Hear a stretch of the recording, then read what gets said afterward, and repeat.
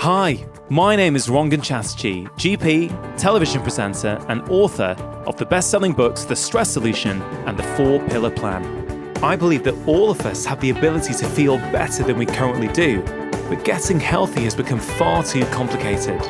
With this podcast, I aim to simplify it. I'm going to be having conversations with some of the most interesting and exciting people both within as well as outside the health space to hopefully inspire you as well as empower you with simple tips that you can put into practice immediately to transform the way that you feel. I believe that when we are healthier, we are happier because when we feel better, we live more. Hello and welcome to episode 72 of my Feel Better, Live More podcast. My name is Rangan Chatterjee and I am your host. This is the final episode of this current season of my Feel Better, Live More podcast. As per last year, I am taking a complete break over August. I will not be releasing any new podcasts until early September. I'm going to be switching off, spending some time with my family, and spending some time doing the things that I don't usually get time to do and really try and recharge my batteries. I hope you are going to get some time off to do the same as well.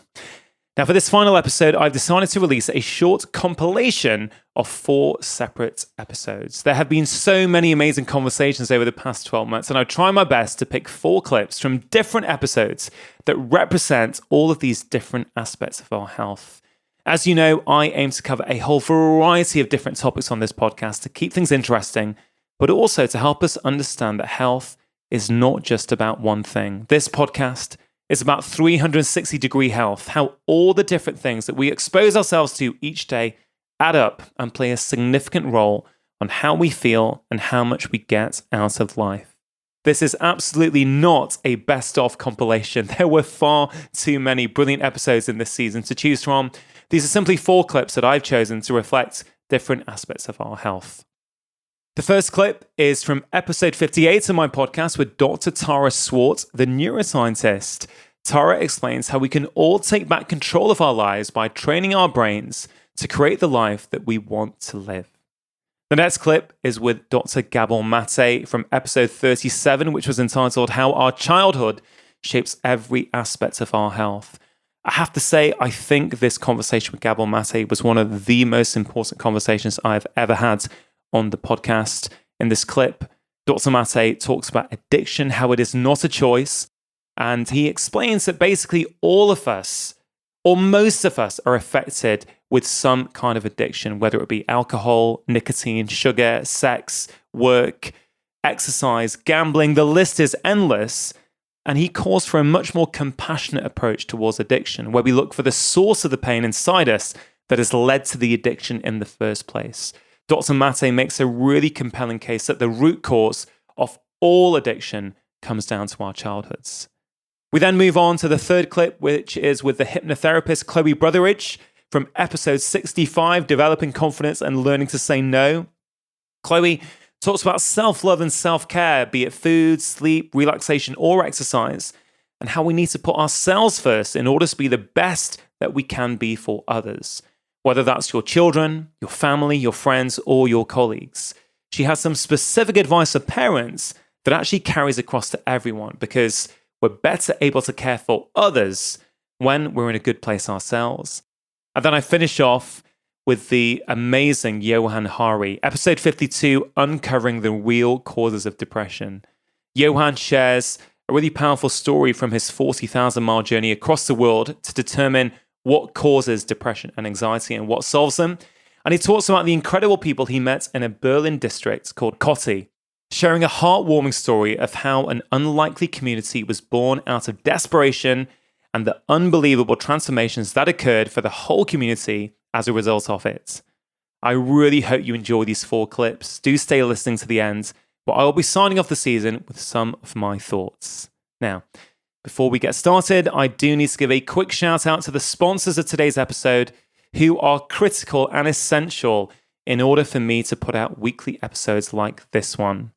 Athletic Greens have been a long-term supporter of this podcast for the duration of season 2, and I do think that ethos and the ideology behind this company is absolutely fantastic. Now, you know that I prefer people to get their nutrition from food, but I do recognize that for some of us, this is not always possible. Athletic Greens is actually one of the most nutrient-dense whole food supplements that I've ever come across and contains vitamins, minerals, prebiotics, and digestive enzymes. So if you are looking to take something each morning as an insurance policy to make sure that you are meeting your nutritional needs, I can highly recommend it. For listeners of this podcast, if you go to athleticgreens.com/live more, you will be able to access a special offer where you get a free travel pack box containing 20 servings of Athletic Greens, which is worth around £70 with your first order. If you have not tried Athletic Greens yet, I would highly encourage you to take advantage of this offer and to give it a go. You can check it out at athleticgreens.com/live more. Now, on to today's conversation.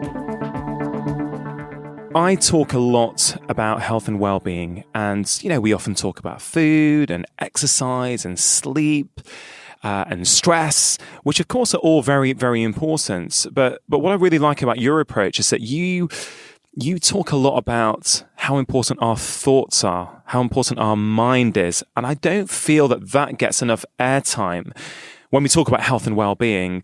Why is it that our thoughts are so important? So I actually think that the pillars that you talk about, like sleep, diet, exercise, mindfulness, they're important to improve the quality of our thoughts. Because if you actually think about it, why are you doing those things? You're not just doing it so that your body is in good shape. You're doing it so that you can think more clearly, you can do your job better, you can have better relationships. And all of that really boils down to how you think. So all the physical factors put your brain in good condition, and then it's what you do with it that really counts. Yeah, I guess it's it works both ways, doesn't it? Because I guess, paying attention to these physical factors helps your brain function, helps you think more clearly.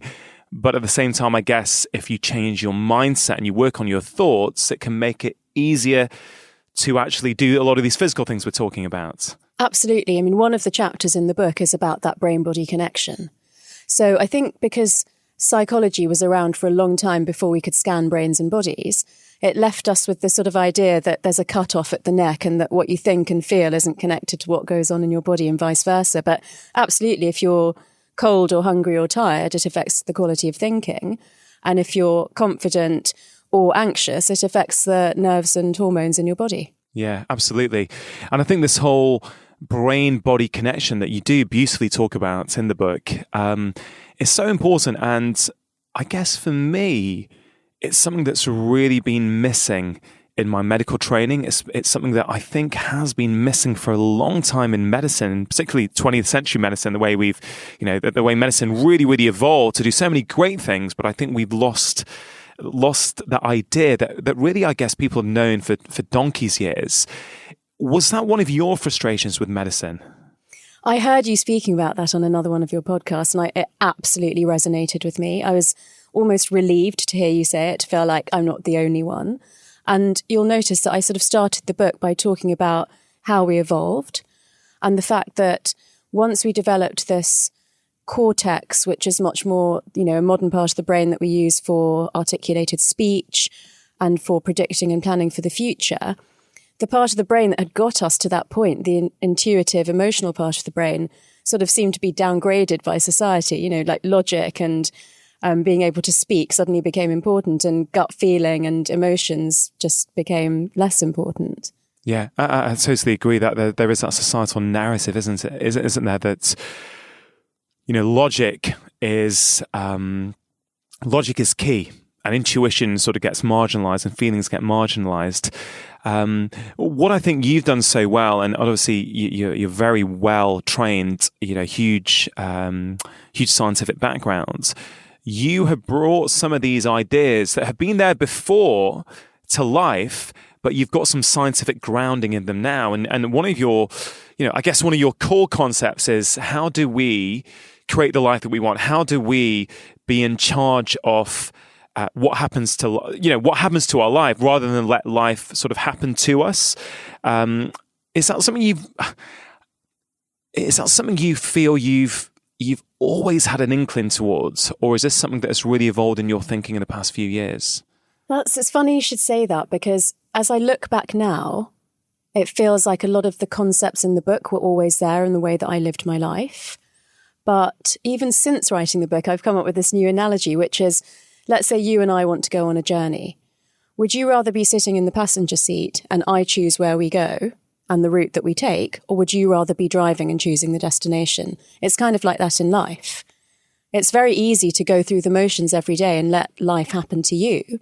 But if you think about it, if we stop and step back, we have a lot more choice in what we tolerate, in what happens to us, in the choices that we make, than we necessarily think. 'Cause it's easy to just sort of go on autopilot.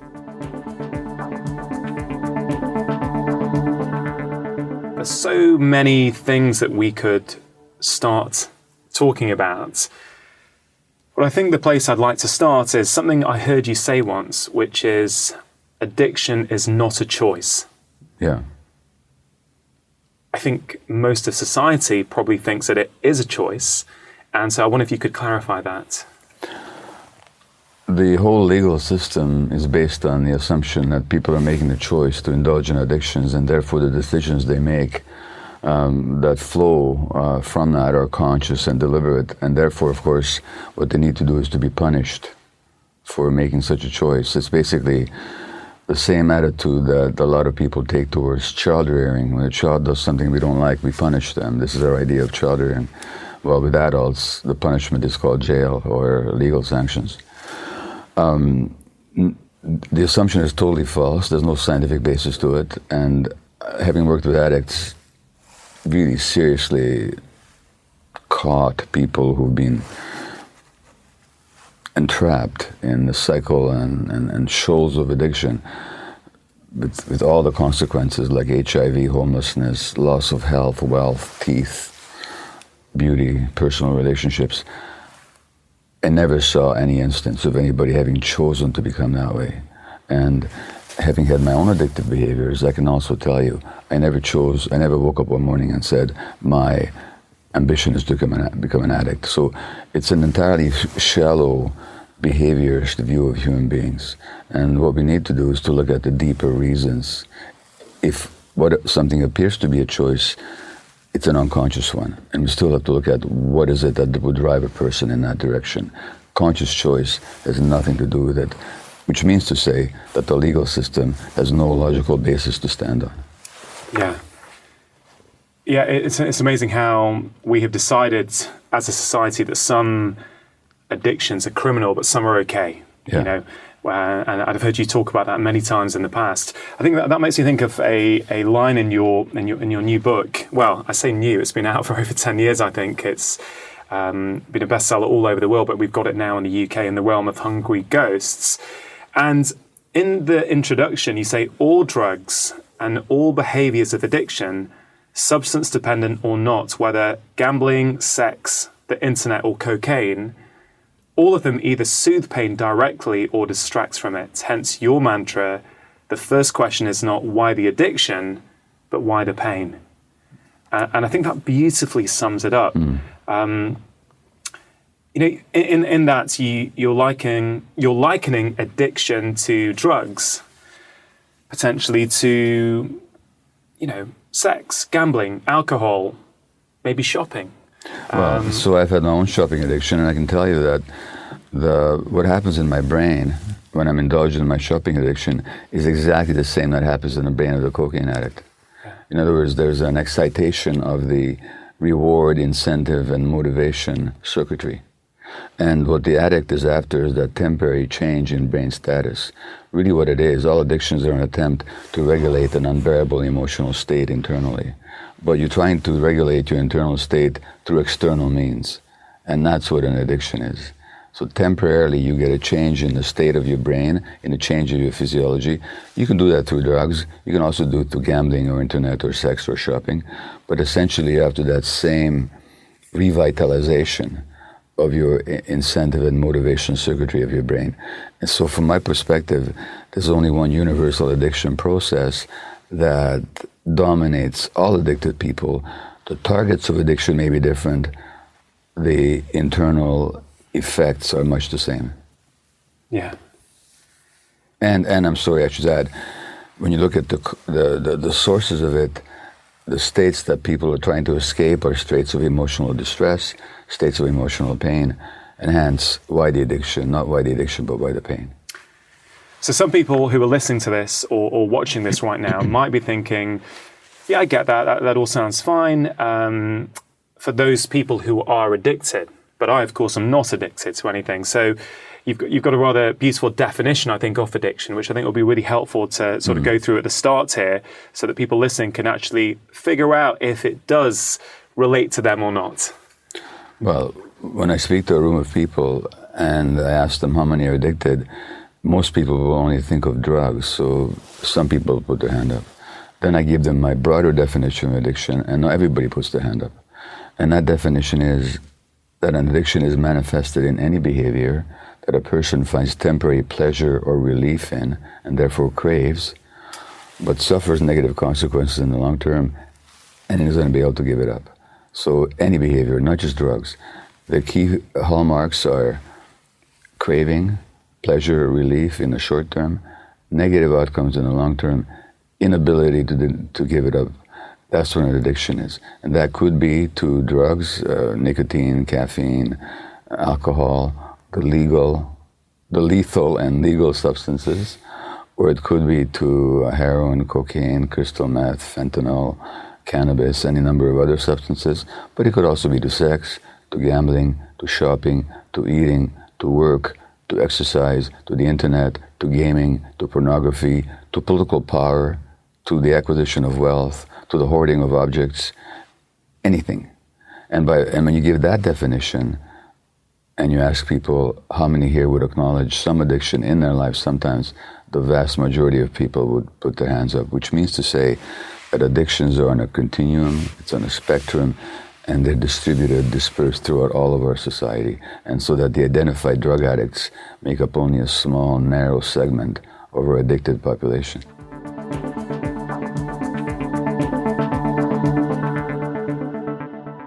Nothing in life is black or white. So let's say you develop some experiences from your childhoods, and let's say, your mum or your dad reacted in a certain way over a certain incident, and that has shaped the way you see things. It doesn't make them a bad parent, right? They were doing the best that they could. And it's like saying, well, maybe, 90% of what they did was amazing for you. Maybe there's 10% that ideally we would have done in a slightly different way. That's certainly the way I'm trying to look at it, because it can be quite hard to go down this road for some people. It can be challenging, but I think it's the most rewarding road to go down. I really think it is. And I see in my role as a doctor, it's amazing how much I'm now seeing people's emotional programming, manifesting in their behaviors. And I think we're really starting to realize, certainly I am, that our childhoods are pretty instrumental in determining so many of our life outcomes. But at the same time then, it's quite a lot of pressure because I'm a parent, so I hear these things and I think back to things that I've said to my kids and think, oh, maybe I shouldn't have said it that way. And I'm sure many parents listening to this are probably thinking the same thing. So have you got any advice for parents? Yeah, I think we need to not be perfectionist about it, because a lot of us in modern life can beat ourselves up about not doing things perfectly or feeling like we're failing. I think the best thing that a parent can do is look after themselves. Because often parents are very busy, very stressed, maybe not putting themselves first all the time. And I know that might not always be possible, but trying to take a bit more time for themselves and more self-care, so that as a parent, you can be in the best position that you can be in to be there for other people. And it's this idea of knowing that it's not selfish to look after yourself. It's not selfish to make sure you're getting enough sleep and eating well. It's really enabling you to be there for other people because you're filling yourself up first. Yeah, I guess in many ways, the highest expression of love is self-love. Because without that, it's very hard to be caring. It's very hard to be calm with other people, be relaxed, actually give them what you would like to give to yourself. And I think, it is, it's almost a cliche with how many people are talking about self-love, but it's not. I think it is the highest form of love, is loving yourself. Again, it's not something I feel I would have been able to say I probably wouldn't have been able to think it 5 years ago, let alone say it publicly on a podcast, you know. But I do think it's that important. And I think once people start to prioritize themselves first and foremost, they become better mothers, better fathers, better work colleagues, better partners, you know, better friends, better anything.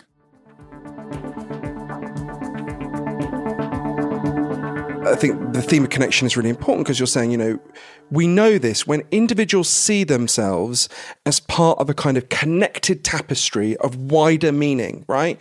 Just like which would have happened in the tribes in which humans evolved, they feel much better about their lives. They feel much more satisfied. And actually, I learned so much from scientists, some of the leading scientists in the world, and reading loads of studies. I think the place that taught me the most about depression and anxiety were not those people, actually.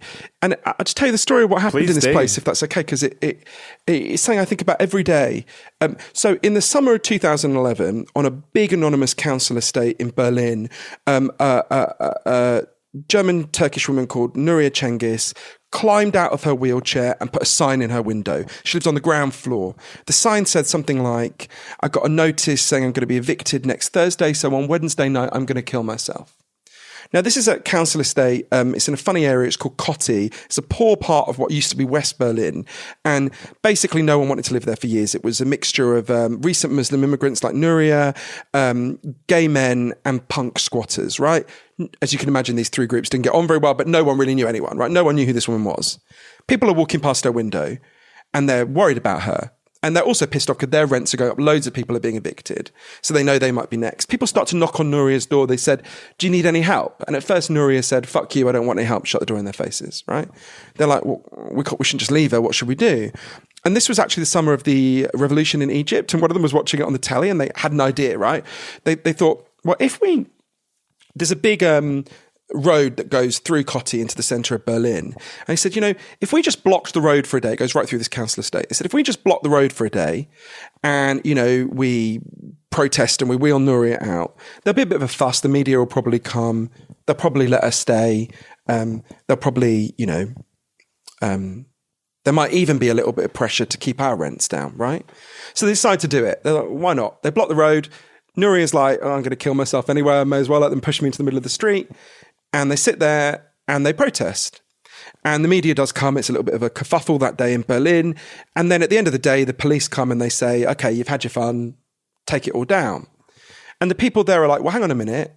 You haven't told Nuria she gets to stay. Actually, we want a rent freeze for this whole council estate. So when we've got that, then we'll take it down. But of course they knew the minute they left the barricades that they put up, the police would just tear it down anyway.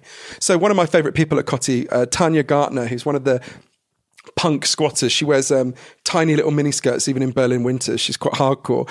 Tanya had this idea. In her flat, she had a klaxon, you know, those things that make a loud noise at football matches. So she went and got it. She came down and she said, okay, here's what we're going to do. We're going to drop a timetable to man this barricade 24 hours a day until we've got what we want. Until Nuria gets told she can stay and until we get a rent freeze. And if the police come to take the barricade down, let off the klaxon. We'll all come down from our flats and stop them. So people start signing up to man this barricade, people who would never have met, right? So this very unlikely pairing. So Nuria, who's a very religious Muslim in a full hijab, was paired with Tanya in her tiny little miniskirt, right? And I can't remember what night shift they got. It might be Tuesday nights. So they're sitting there, Tuesday nights, super awkward. They're like, what have we got in common? We've got nothing to talk about. As the weeks went on, they started talking. And Tanya and Nuria realised there's something really profound in common. Nuria had come to Berlin when she was 16 from her village in Turkey.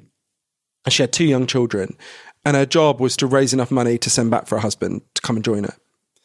And sitting there in the cold in Kotti, she told Tanya something she'd never told anyone in Germany. She'd always told people, so after she'd been in Berlin for 18 months, she got word from home that her husband was dead. And she'd always told people that he'd died of a heart attack. He'd actually died of tuberculosis, which was seen as a kind of shameful disease of poverty. That's when Tanya told Nuria something she never talked about. she'd come to Cotti when she was even younger, when she was 15. She'd been thrown out by a middle-class family. She made her way. She lived in this punk squat. And she got pregnant not long after she arrived. So they both realised that they had been children with children of their own in this frightening place they didn't understand, right? They realised they had loads in common. There were loads of these pairings happening over Cotti of people who would never have taught. There was a young lad who kept being, a Turkish-German lad, who kept being nearly thrown out of school. They said he had ADHD. He got paired with a very grumpy old white German guy called Dieter, who said he didn't believe in direct action because he loved Stalin, but in this case he'd make an exception, who started helping him with his homework. He started doing much better at school. Directly opposite this council estate, there's a gay club called Zudblock. It's run by a man I love called Richard Stein, who, to give you a sense of what he's like, the previous place he owned was called Cafe Anal. Okay, this is a pretty hardcore gay club, right? And when they opened it, about 2 years before the protests began, you know, there's a lot of religious Muslims there. Some of them had smashed the windows. People were really pissed off. And when the protests began, the Zudblock, the gay club, gave all their furniture to the protest. And after a while, they said, you know, you guys could have all your meetings in our club. You could, you know, we'll give you drinks, we'll give you free food.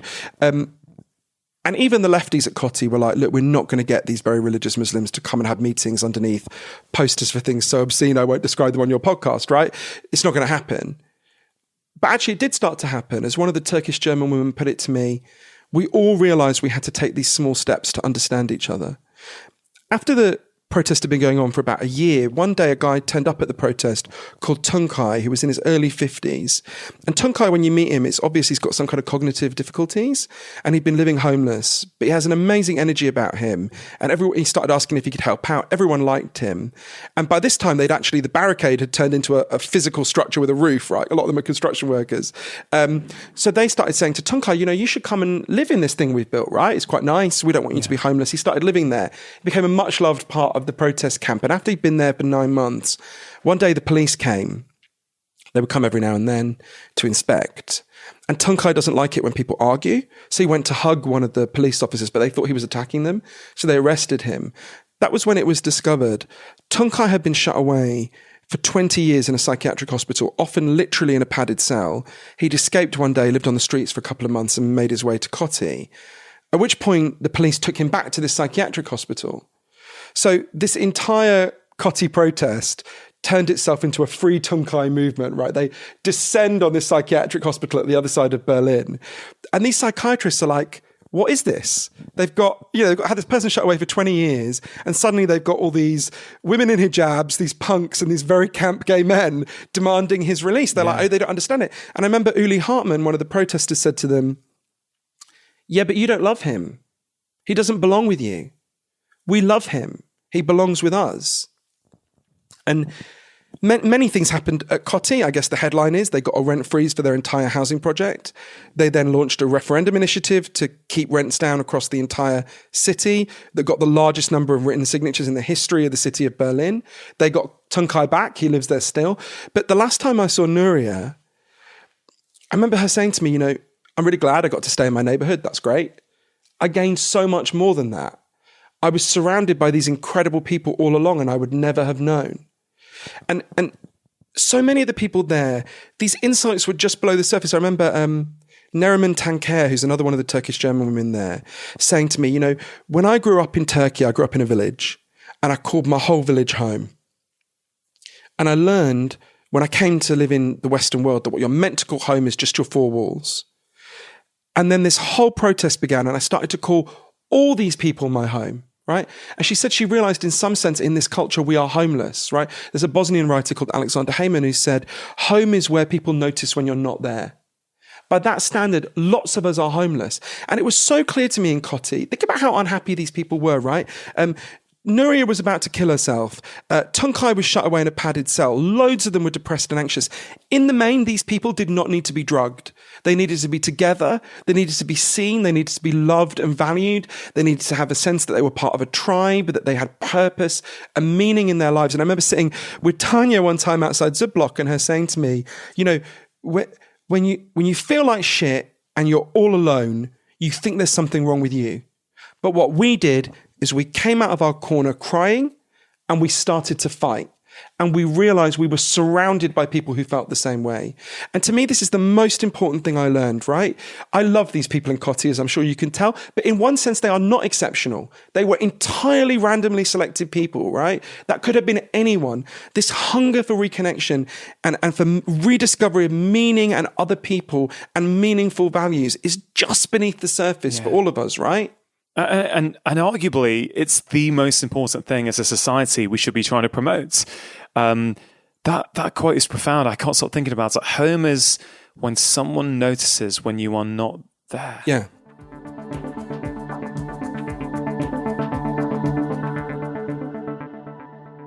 That concludes this episode and this season of my Feel Better, Live More podcast. What did you think? Did you enjoy that compilation episode? Do you want more episodes like this one? As always, let me know, jump onto social media and tell me what you thought. If you can, please do use the hashtag FBLM so that I can easily find your comments. Before I sign off, I do want to say a big thank you. Thank you to each and every single one of you who listen every single week, who comments on my social media posts about the podcast, who tell your friends and family about the show. I really do appreciate it. You have all helped to spread the word about the show and have made it one of the most listened to health podcasts in the whole of Europe. It is really exciting that this information is getting out now to more and more people. I have to say, I absolutely love doing this podcast. I get to talk to a whole variety of different guests about a whole range of different topics. And my goal is to try and keep it fresh every single week, to change up the topics, to talk about areas of health that perhaps you may not have considered before. For me, this show is not just about putting out the same advice every single week, but trying to do something different, trying to share stories in a different way. In fact, my favorite comments are those where you guys tell me that you didn't think you were going to like a topic when you saw the title, but once you started listening, you were hooked. That really, really makes me happy and excited to do more and more different topics. As always, the goal with these podcasts is to give you fresh, but importantly, accessible information that you can apply in your own life immediately to improve the way that you feel. Just to reiterate something I have said before, but when listening to my conversations, take what you want from them, take what you need, take what resonates with you, and abandon the rest. I'd really encourage you to self-experiment, find out what works for you. There is no one right way to achieve good health. You are unique, your lifestyle, your beliefs, your environment. And if you disagree with one of my guests, then that is absolutely fine. I don't agree with everything that every single one of my guests say, but I love having my views challenged, and I do try and maintain a healthy, respectful dialogue at all times. So, as I mentioned in the introduction, I am going to be trying my best to switch off this summer. I'll be putting a very clear out of office on my email inbox. I'll be trying to do different things, spending more time in nature, spending more time with my family, spending more time unplugged from technology. And also, I'll be working really hard on my barefoot running technique, which last week's guest, Tony Riddle, is helping me with. In fact, if you want to see a video of Tony and I running barefoot together, do head over to my YouTube channel, drchatterjee.com/YouTube. You're going to see a lot of clips from that podcast. There's a lot of resources on that channel. And I'm actually looking to film more content, more of the podcast content, and share more hints and tips from podcasts in video form. So do have a look at the latest videos and the short cut downs that I've made on my YouTube channel. And let me know what you think. Let me know what you want more of. So what about you? What are you going to do this summer? Do you have a holiday planned? Do you have some time off planned? Whatever it is, really try and apply some of the things that you have learnt on this podcast over the past 12 months. In fact, episode 64 with James Warman on how to spend time is an absolutely brilliant resource if you want to understand how to make the best use of whatever time off that you have. There are so many tips there on how you create stories, how you become a hero in your own life, spending time in nature, spending time offline, really, really important things that I really think make a huge difference. So if you've not heard that one yet, do check it out. But whatever it is that you have decided to do, I'd encourage you to let somebody else know. Whenever you're trying to make behavior change, one of the best ways is to really stay accountable. It's a really important part of making any change sustainable. And I encourage you to go to my new Facebook group, Dr. Chatterjee 4-Pillar Community Tribe. This is a new group that I set up to create a really supportive community. So many of you have joined up already. It's amazing to see you guys commenting there every day, commenting each week, supporting each other on making changes, sharing the tips that you found useful with other people to really help inspire and empower as many people as possible to live these happy and healthy lives. So guys, do go and check it out. It is really safe and supportive space. If you want to talk about the podcast each week with other listeners, that is the best place to do it. You can let me know about new guests that you want, new topics. Do you want more episodes where I'm interviewed? Do you want more episodes like this one? Do you want solo episodes where I talk about a particular topic for 15 to 20 minutes? Do you want the long form conversations that I've been doing over the past 6 months? Or do you prefer the short 20, 30-minute episodes? I'd love to know your view. My own personal view is that the longer conversations are better. I can go deeper, we can get more interesting and exciting conversations, and that is exactly what I'm trying to do on this podcast. A final request before I sign off. Many of you ask me on email and on social media how you can support this podcast. As you know, this podcast takes me a lot of time, a lot of resource, a lot of expense, but I'm committed to continuing. And I'm looking for more and more ways to make this sustainable. One of the best ways that you can support this podcast is to tell people about the show. So my heartfelt request to you is this summer, can you commit to telling 5 people about this podcast? 5 people who don't already know about this show. Perhaps you can think about a particular episode that you think will resonate with them and recommend them to start listening there. If each of you recommend this podcast to 5 separate people, we will have dramatically increased the listenership by the time that I relaunch in September. This will mean that I can access more and more exciting guests, but most importantly, it means that more people around the world will have access to what I consider really important information. More people will be improving their lives, and ultimately together, all of us will be helping create a healthier and a happier society.